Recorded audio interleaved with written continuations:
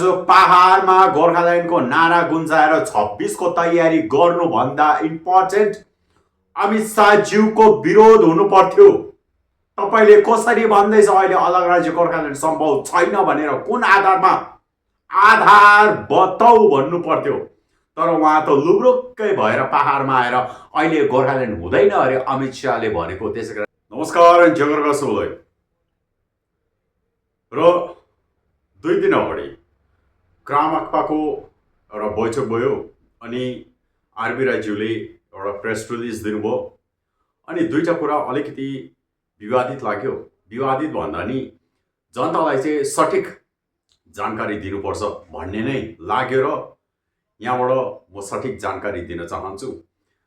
र पत्रकार महोदयले private member bill अनि सांसदलाई दबाव विषय प्रश्न गर्दा उहाँले भन्नुभयो कि प्राइभेट मेम्बर बिल सांसदले ल्याउन सक्दैन किनभने उहाँ सरकारको सांसद हो भन्यो, रुलिङ गभर्नमेन्टको। दार्जिलिङका सांसद राजु विष्टमाथि तपाईहरुले किन तपाईहरु घटक दल किन चाहिँ दबाउ दिनु? प्राइभेट बिल ल्याउन सक्छ, प्राइभेट बिलको लागि तपाईहरुले किन दबाउ दिनु? हैन, त्यो प्राइभेट बिलको दबाब दिने कुरा हैन कि, किनभने उता रुलिङ पार्टी हो नि त। रुलिङ पार्टीले अवश्य बिलै ल्याउ, किनभने त्यो बिल ल्याउने त छ त तरिका छ त, प्रक्रिया छ त। बिल त अब आफूले लाग्छु भने टक्कै हुँदैन। पहिला उसले प्रेसिडेन्टको लिनुपर्छ, त्यहाँदेखि सेक्रेटरीमा जानुपर्छ, सेक्रेटरीले जाँच गर्छ, त्यसो हुँदै हुँदै त्यो पास बिल जान्छ। र म यसमा तपाईहरुलाई के जानकारी दिन चाहन्छु भने रुलिङ पार्टी भाजपाको सांसदले प्राइभेट मेम्बर बिल ल्याउन सक्दैन भन्ने होइन। कोले ल्याउन सक्दैन अनि कोले ल्याउन सक्छ? हेर्नुहोस् है, भाजपाको मन्त्रीमण्डलभित्र हुने सांसदहरूले चाहिँ प्राइभेट मेम्बर बिल ल्याउन सक्दैन। जस्तै किरण रिजिजु, उहाँले प्राइभेट मेम्बर बिल ल्याउन सक्दैन। उहाँले ल्यायो भने गभर्नमेन्ट बिल ल्याउँछ। अनि हाम्रो सांसद ज्यू भाजपाको मन्त्रीमण्डलको सांसद होइन, उहाँले प्राइभेट मेम्बर बिल ल्याउन सक्छ। अनि प्राइभेट मेम्बर बिल भन्दा पहिला चाहिँ सांसद ज्यूले चाहिँ भाजपालाई दबाब दिनु पर्यो गभर्नमेन्ट बिलको लागि। जस्तै नरेन्द्र मोदी या निर्मला सीतारमण या अमित शाह या किरण रिजिजु, यिनीहरूले चाहिँ गभर्नमेन्ट बिल ल्याउँछ गोर्खाल्यान्डको लागि। त्यो चाहिँ हो मन्त्रीहरूले ल्याउने गभर्नमेन्ट बिल।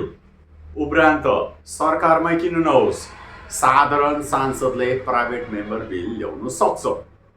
यो है स्पष्टीकरण, बुझिराख्नुहोस् है।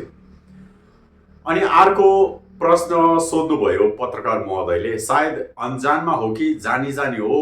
पत्रकार महोदयले सोध्नुभयो कि गोर्खाल्यान्डको लागि पहिला बङ्गाललाई फकाउनु पर्छ फेडरल स्ट्रक्चर हेरेर भन्नुभयो।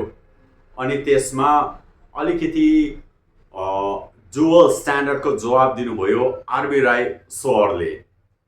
हो पनि भन्यो, फेरि बाध्यता पनि छैन भन्यो, फेडरल स्ट्रक्चर अपनाउनु पनि पर्छ भन्नुभयो, फेरि म्यान्डेटरी छैन पनि भन्नुभयो। हो, संघीय ढाँचा अनुसार चाहिँ बंगालको अनुमति बिना के पनि हुँदैन भन्ने कुरा। गोर्खाल्यान्डको बिल पनि पहिला त बंगालको विधानसभामा विधेयक ल्याउनु पर्ने हो नि। हाम्रोले बंगाललाई पहिला यो फकाउनु पर्ने हो नि। यो विधेयक नगई चाहिँ केन्द्र सरकारले गोर्खाल्यान्ड राज्यको निर्माण कसरी गर्न सक्छ? होइन, त्यो चाहिँ छ त यसै चाहिँ, तर पार्लियामेन्टले ओभररुल गर्न सक्छ। त्यो चाहिँ पार्लियामेन्टले गरे भने ओभररुल गर्न सक्छ। नभए चाहिँ अब यसै दस्तुर चाहिँ विधानसभाबाट चाहिँ जानुपर्ने हो। फेडरल स्ट्रक्चर त कानुन त छ नि त देशमा हो त, तर त्यो त्यसमा एक्सेप्सन छ नि त, एक्सेप्सन छ। अब बङ्गाल विधानसभाले त पठाउँदै पठाउँदैन। बंगालको विधानसभाले त छैटौँ अनुसूचीको बिल चाहिँ पारित गरेर पठाएको नि, केन्द्रमा पठाएको हो नि। त्यो त छैटौँ अनुसूची बिल त पठाइन्छ।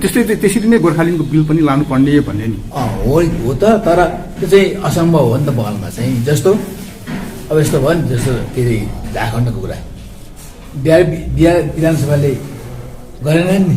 त्यो बिहारको विधानसभामा पास भयो नि, उसको पास भएको छ। र पत्रकारको जुन चाहिँ नरेसन छ यसले के सेट गर्दैछ यो बादमा भन्छु।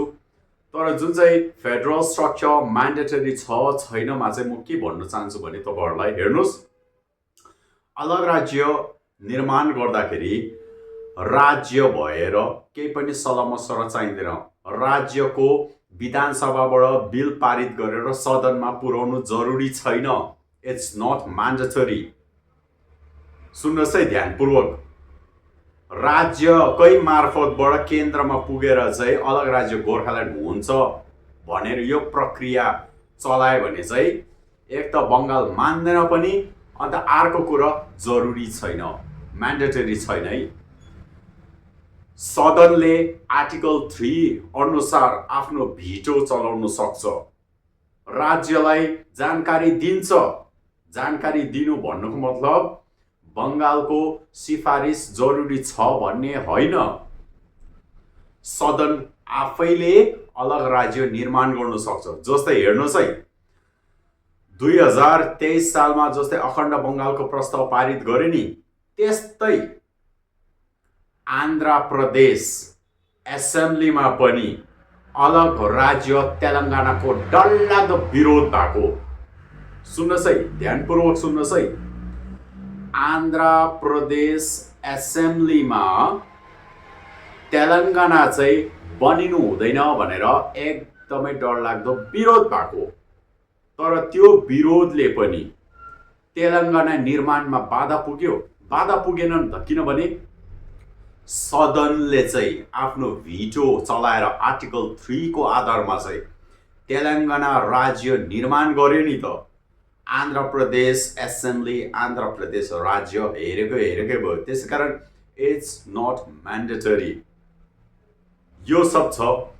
अनि जुन पत्रकार महोदयले सोध्नुभयो कि बङ्गाल राज्यकै माध्यमबाट फेडरल स्ट्रक्चर हेरेर नै गोर्खाल्यान्डको लागि प्रक्रिया चलाउनु पर्छ भने उहाँले प्रश्न सोधेकोमा चाहिँ बायो नरेसन पहाडमा सेट गरेको नि हुनसक्छ कि आउँदो विधानसभा चुनावलाई मध्यनजर राखेर। किनभने मैदानमा हेर्नुहोस्,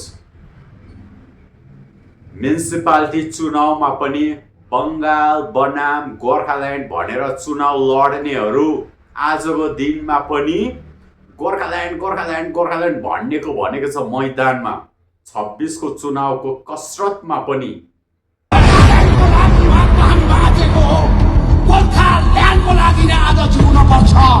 अझै पनि बङ्गाल विधानसभामा जानेहरू चाहिँ गोर्खाल्यान्डको नाम लिएर जनतालाई भावुक बनाएर भोट लुट्ने, अनि यो सबै उनीहरूको षड्यन्त्र, उनीहरूको क्याम्पेनलाई टेवा पुर्याउनुको लागि चाहिँ मिडियाले फेडरल स्ट्रक्चर र अलग राज्य गोर्खाल्यान्डको बङ्गाल भाया हुने जुन नरेसन सेट गर्नुभयो यो चाहिँ गलत हो। बङ्गालको खेला छैन अलग राज्यको लागि। अनि जुन प्रकारले विमल गुरुङ ज्यूले चाहिँ गोर्खाल्यान्डको नारा गुन्जाउँदै पहाडमा क्याम्पेन गर्दैछ 2026 को लागि, गोर्खाल्यान्डको लागि नै आज जिउन पर्छ। गोर्खाल्यान्ड हाम्रो आज, गोर्खाल्यान्डको हरेक आज कन्दराले आज हाम्रो रगतको पसिना खाएर आज जुन प्रकारको एउटा यो मुक्त गर्नुपर्ने एउटा हाम्रो कर्तव्य बन्छ। उहाँ कुन मुखले गोर्खाल्यान्ड भन्नु हुँदैछ मैदानमा? साह्रो सजिलो छ गोर्खाल्यान्डको नारा गुन्जाउनु उहाँलाई। उहाँ खुद होइन, अमित शाहज्यूले गोर्खाल्यान्ड हुँदैन अहिले भनेपछि उहाँले त्यो खबर ल्याएर जनतामा पस्किने त विमल गुरुङ ज्यू हो त। फिलहाल चाहिँ अलग राज्य गोर्खाल्यान्ड सम्भव छैन अब सम्भव छैन भनिसकेपछि उहाँले भन्यो नि हामीले सम्भव हुनुपर्छ भन्नुको लागि त हो नि। जिटिआर सम्भव छ होइन, मान्नुहोस् न, संवैधानिक व्यवस्था उहाँले गर्छु भन्ने कुरा भन्ने। आज पहाडमा गोर्खाल्यान्डको नारा गुन्जाएर 26 को तयारी गर्नुभन्दा इम्पोर्टेन्ट अमित शाहज्यूको विरोध हुनु पर्थ्यो। तपाईले कसरी भन्दैछ अहिले अलग राज्य गोर्खाल्यान्ड सम्भव छैन भनेर? कुन आधारमा? आधार बताऊ भन्नु पर्थ्यो। तर उहाँ त लुब्रुक्कै भएर पहाडमा आएर अहिले गोर्खाल्यान्ड हुँदैन अरे अमित शाहले भनेको, त्यसैकारण जिटिए को तयारी गर्दैछौँ हामी भन्ने। अनि फेरि 26 को चुनावको लागि चाहिँ जनताको भोट बटुल्नुको लागि, जनतालाई भावुक बनाउनुको लागि चाहिँ गोर्खाल्यान्ड गोर्खाल्यान्ड गोर्खाल्यान्ड भनेर चाहिँ भाषणमा फुक्ने यो दोहोरो चरित्रको राजनीति जनताले अब बुझ्नुपर्छ है। नेताहरूलाई भाषणमा अलग राज्य गोर्खाल्यान्डको नारा गुन्जाउनु सजिलो पर्छ, तर जहाँनिर आपत्ति जनाउनु पर्ने, जहाँनिर विरोध दर्ता गर्नुपर्ने, जुन समयमा आवाज उठाएर लु सांसद तिमीलाई अलग राज्यको लागि भोट दिएको सदनमा काम गर, विन्टर सेसनमा प्राइभेट मेम्बर बिल ल्याऊ कि सरकारलाई दबाब देऊ गभर्मेन्ट बिल भन्नु पर्थ्यो। तर राजु विष्टले पहाडमै टेकेर सबैको मुखमा प्राइभेट मेम्बर बिल अलग राज्यको लागि ल्याउनु सक्दिन भन्दा पनि यो बेला एक समूहले गोर्खाल्यान्डको प्राइभेट बिल पनि पेश गरोस् भन्ने चाहनाहरू राखिरहेको अवस्थामा अब 1 डिसेम्बरदेखि शीतकालीन सत्र सुरु भइरहेछ है। तपाईले यो गोर्खाल्यान्डलाई हाम्रो आकांक्षालाई हामीहरूले यति हल्का रूपले हामीहरू किन यसको वर्णन गर्छौँ? तपाईलाई के लाग्छ आज मैले प्राइभेट मेम्बर बिल ल्याउँदाखेरि पास हुन्छ, गोर्खाल्यान्ड हुन्छ?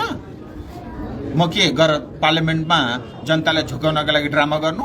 म तयार छु त्यसका लागि। भोलि फेरि मलाई दोष नदिनुहोस्। उहाँहरू विमल गुरुङज्यूहरू मौन बसेर अहिले कुन आधारमा अलग राज्य गोर्खाल्यान्डको कुरा गर्दै इलेक्सनको क्याम्पेन गर्दैछ?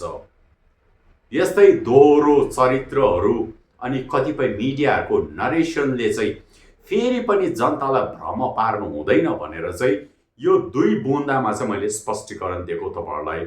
अलग राज्य गोर्खाल्यान्डको प्राइभेट मेम्बर बिल विषय, तेलंगानाको उदाहरण लिएर अनि जुन चाहिँ फेडरल स्ट्रक्चर भाया बंगाल भनेर चाहिँ गोर्खाल्यान्डको बाटो रोज्नुपर्छ भन्ने मिडियाको नरेसनलाई चाहिँ विमल गुरुङले जस्टिफाई गर्दैछ मैदानमा गोर्खाल्यान्ड भनेर। यस्तोहरुदेखि चाहिँ सतर्क बस्नुपर्छ जनता भनेर नै 2 बुन्दालाई मैले स्पष्टीकरण दिएको। धन्यवाद। जय गोर्खा।